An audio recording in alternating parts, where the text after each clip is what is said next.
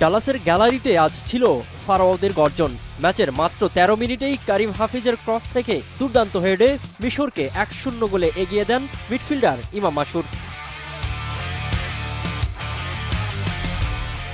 পিছিয়ে পড়ে আক্রমণের ধার বাড়ায় অস্ট্রেলিয়া। ম্যাচের ৫৫ মিনিটে ওজি উইঙ্গার অনিলের ফ্রিকিক ক্লিয়ার করতে গিয়ে নিজেদের জালে বল জড়িয়ে দেন মিশরের ডিফেন্ডার মোহাম্মদ হানি। এই আত্মঘাতী গোলে ১-১ সমতায় ফেরে ম্যাচ। মোহাম্মদ হানির এই গোলের মাধ্যমে চলতি বিশ্বকাপে মোট ১৩টি আত্মঘাতী গোল হলো, যা বিশ্বকাপ ইতিহাসের একক কোনো আসরে সর্বোচ্চ গোলের নতুন বিশ্ব রেকর্ড।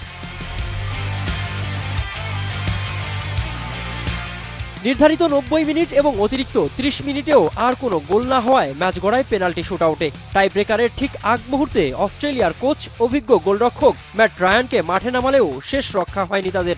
পেনাল্টি শুটআউটে মিশরের অধিনায়ক মোহাম্মদ সালার চমৎকার এক প্যানেনকা শটে গোলসহ দলের সবাই লক্ষ্যভেদ করেন। অন্যদিকে অস্ট্রেলিয়ার হ্যারি সাউটার এবং লুকাস হ্যারিংটন শট মিস করলেই টাই ব্রেকারে ৪-২ ব্যবধানে জয় পায় মিশর। আমি ভরসা রাখি হিরন স্মার্ট ওয়াটার পিউরিফায়ারে। এই জয়ের মাধ্যমে দীর্ঘ ৯২ বছর পর বিশ্বকাপের নকআউট পর্বে প্রথম জয়ের ঐতিহাসিক রেকর্ড গড়ল ফারাওরা। আর চোখের জলে বিশ্বমঞ্চ থেকে বিদায় সাকারুজদের।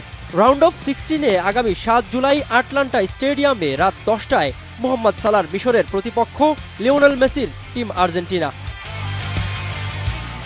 মিনারুল ইসলাম, এখন।